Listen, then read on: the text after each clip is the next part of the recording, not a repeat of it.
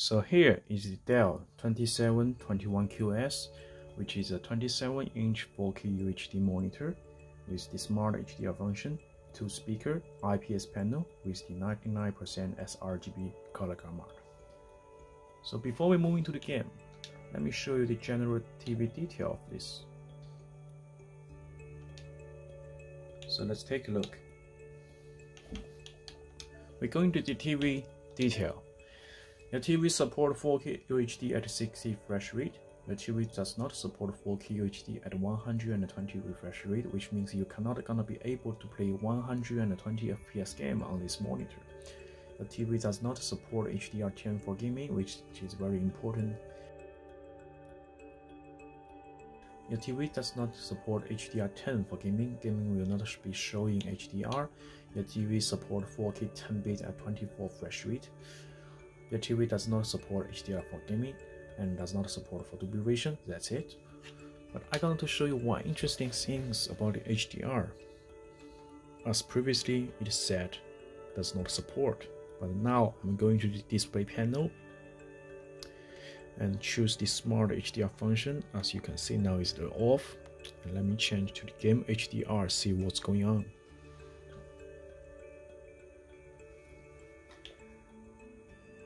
Now we're going to the game.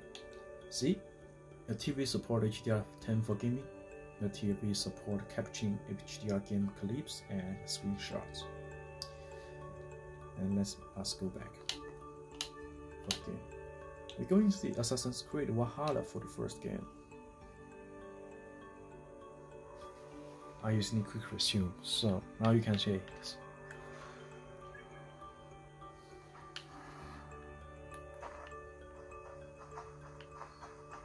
I think generally for the performance on this budget monitor, it's kind of good. And then let me show you more detail with the option part to show you that the HDR function is going on. As you can see, the HDR is available now, and we can choose it, the brightness, but the brightness depends on your monitor. So basically, I think this is a kind of interesting things, as you get like a budget monitor, but you can still get the HDR, and that's it.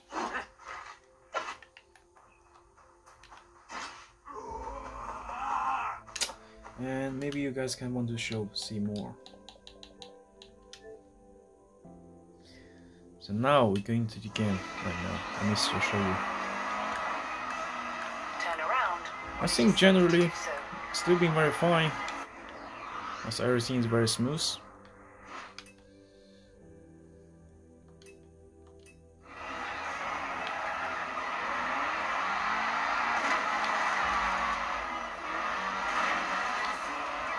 And to show you some more things differences, let me show you the display mode. So in here we can quick access. You get the comfort view, which is more yellow, more warm. This is the standard. I think this is probably the best one. And also we get the cool color, the warm color, and the RPG mode and the TS mode, even though I cannot find out any differences. And you will also get the FPS mode, which is the most brightness mode. And now we go back to the movie mode. But actually, here is the general performance on the Xbox Series X. And what else I can see? Let me check. So now I'm going to show you the performance for this monitor on the laptop or the MacBook Pro. In here we get it MacBook Pro, and I'm going to show you a 4K video with the 60 FPS. Probably we try the HDR function. Right now the HDR function is closed.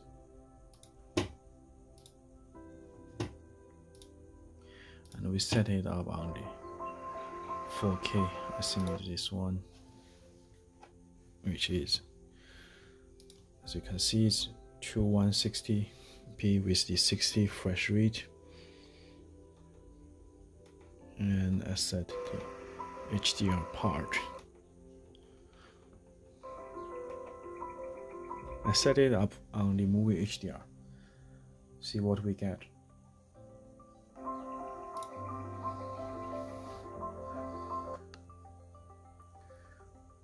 I think the overall color for this monitor is kind of cool. It's just been fine. Forgive my network speed.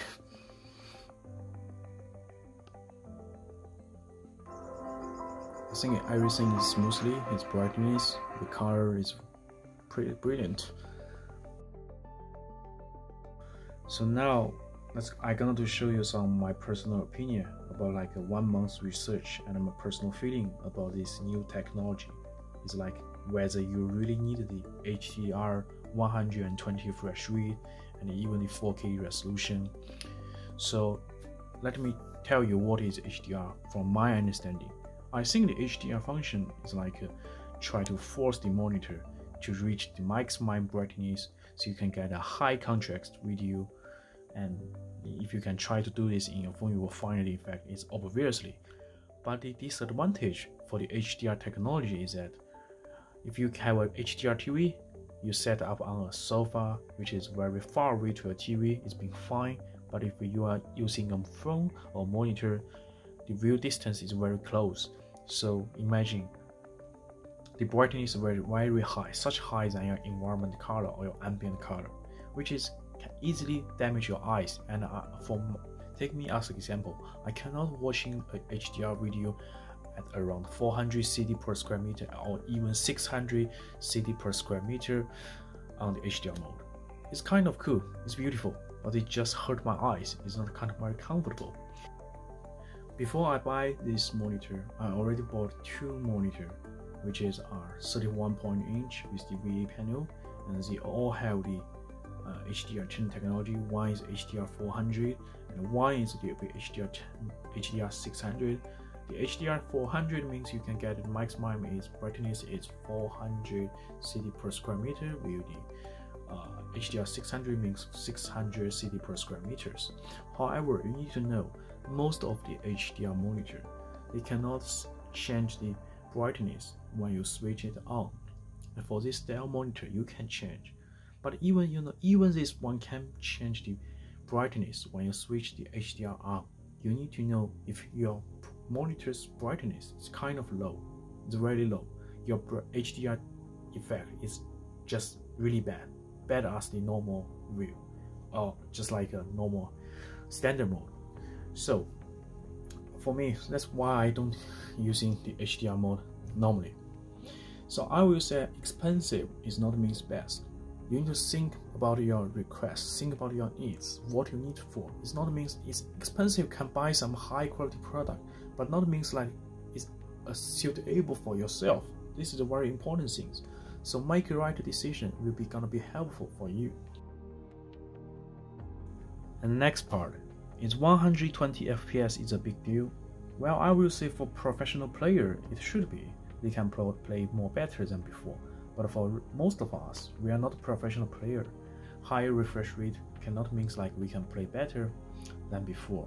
And also you need to know you need to pay extra to get a 4K resolution with the HDR function, and even with the 120 refresh rate, this is very expensive.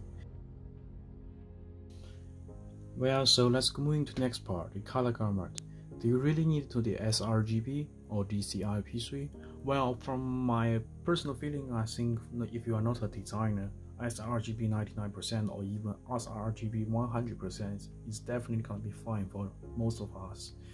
Because if you try to find a 95% DCI-P3, you need to pay extremely extra money for that, and even though you know the color may be like too bright or lose the accuracy in your gaming effect, or maybe it's just too bright for you. And even some like high-end monitors, they have the factory color set up when it is produced, just like the Dell Ultra Sharp, they all have these services. But I don't think it's still worth to pay such more money just for a normal gamer. So as I said, this is a budget monitor. Who's suitable to buy it, or who needs this? So if you're just like myself, I need a 4K resolution monitor, and I don't care about the 120 refresh rate, just need a 60, because 60 for me is definitely gonna be fine, and for the color gamut is still being fine, not kind of very important things. And you just like myself, cannot adapt for the HDR10 technology because it's true brightness to hurt your eyes. I will say this one is definitely gonna be fine. So you just need to pay like around $489, which is on the Dell side, and you get a monitor like this. And even though in my home country it's just like a 2,500 Chinese yuan, which is just $386 I think. So I will say this is kind of good, and also it includes 2 speakers if you are using your headphones. So I think the 2 speakers is definitely going to be fine, even though it's not very good. Finally, do this monitor is it perfect? Is the best? No, it's definitely going to be not.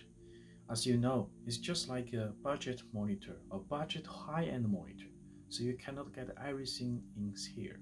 You cannot like get the 100% D3 IPCN, and even though about the Adobe RG, and the responsible time is just 4 ms. But I would think that is fine.